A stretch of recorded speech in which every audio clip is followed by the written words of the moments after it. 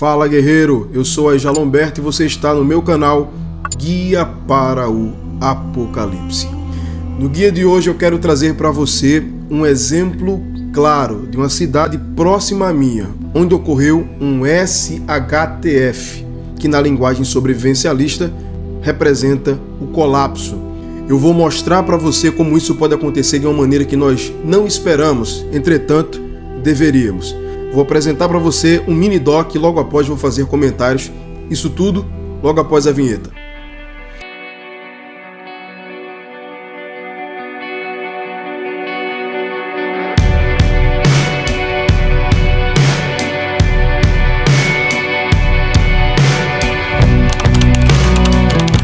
Maio de 2014.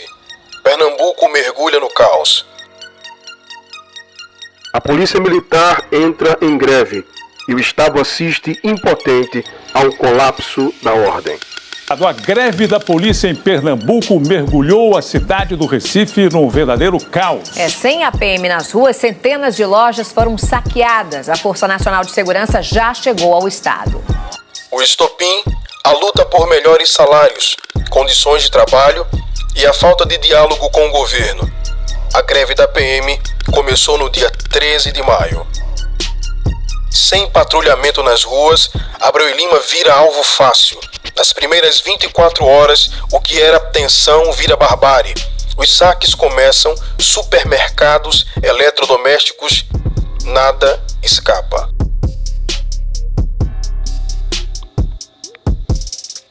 Enquanto a população se esconde atrás de portas trancadas, criminosos tomam as ruas. Foram mais de 40 horas de desespero até o exército ser chamado.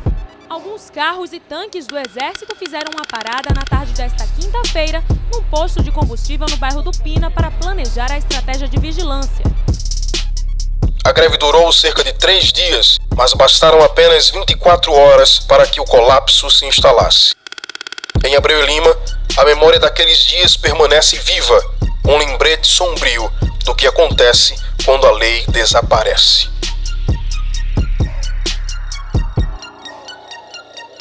Apenas algumas horas sem lei e o Brasil viu o que acontece quando o Estado falha. A turma tá roubando tudo, meu pirraia.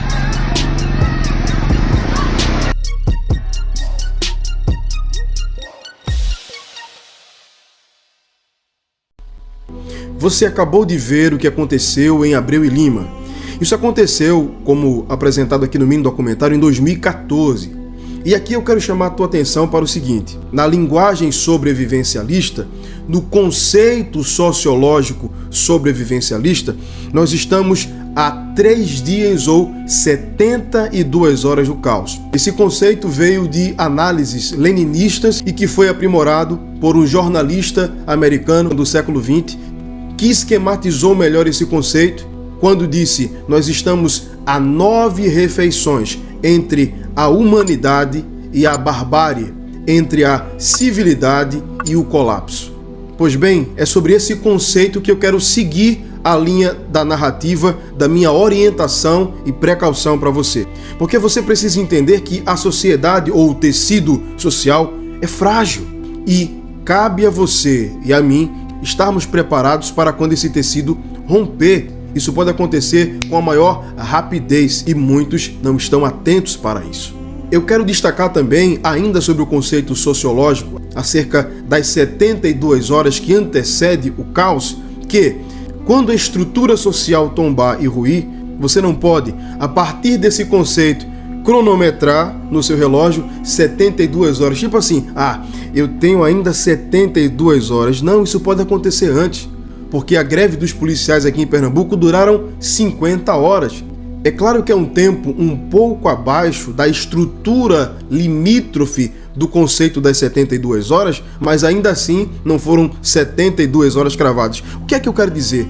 Quando alguma estrutura social que pode ocasionar na desordem social ruir, você já tem que estar preparado antes daquilo. É por isso que existe o conceito sobrevivencialista. É por isso que, graças a Deus, tem se proliferado a comunidade sobrevivencialista no Brasil e nas nações. Por quê? Porque nós estamos antevendo o que vai acontecer. Nós estamos preparados para o que vai se desencadear depois de uma ruptura social.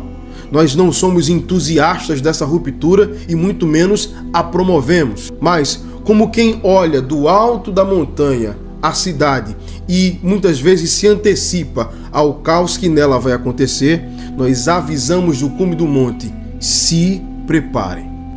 Eu quero te apresentar aqui ainda os 3 pilares sociais que, caso ruam, a desordem social irá se manifestar. O primeiro vetor ou a primeira força é a segurança institucional. Na segurança institucional você tem a ordem social estabelecida, sistema jurídico, sistema político, sistema da segurança pública. E aqui eu quero destacar que foi justamente esse sistema ou esse vetor que ruiu em Pernambuco e que desencadeou na cidade de Abreu e Lima o colapso, o vandalismo e o caos. A segunda força ou o segundo vetor que mantém a ordem social é a segurança econômica. Quando a ordem política vai bem, a sociedade está equilibrada e economicamente fortalecida.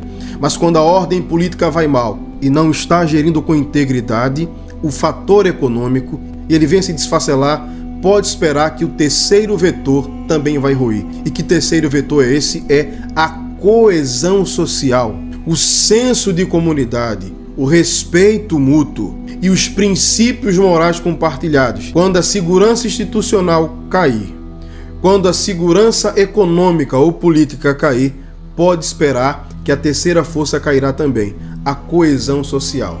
Haverá uma fragmentação social e as pessoas vão começar a agir como bárbaros e como vândalos. A história nos mostra isso, tanto a história antiga como a história presente, no caso em tela de Abreu e Lima. E ainda sobre Abreu e Lima, eu preciso destacar aqui um dado muito importante que foi levantado à época. Abreu e Lima é uma das cidades, ou a cidade mais evangélica do nosso país, a cidade mais evangélica do Brasil. O que isso significa? Em tese, deveria significar que a cidade teria uma moral elevada, um nível de civilidade elevado. Mas quando as forças sociais que mantêm a ordem ruíram, o que se manifestou foi o vandalismo e a barbárie. E como alguém que reside aqui muito próximo e conhece muito bem a estrutura religiosa daquela cidade, eu preciso trazer aqui em loco, um testemunho em loco, melhor dizendo, que alguns cristãos, alguns evangélicos, foram disciplinados pela sua ordem sacerdotal porque roubaram, porque vandalizaram, porque furtaram as lojas que foram arrombadas. Então, senhores, ninguém conhece ninguém, e me permita a expressão, quando o bicho começar a pegar, aquele vizinho que você tem com uma pessoa mais cívica, mais ordeira, ou quem sabe mais cristã, pode ser um vândalo em potencial, pode ser um anarquista em potencial. E você precisa se antecipar a isso. Mentalmente, fisicamente, materialmente. E aqui você precisa estar preparado para qualquer tipo de colapso. Colapso econômico, apagão, colapso cibernético, enfim. Você precisa se antecipar à desordem e ao caos. E a grande questão não é se vai acontecer, mas quando vai acontecer. Mas a grande realidade é que as pessoas à nossa volta vivem como que Alice no País das Maravilhas.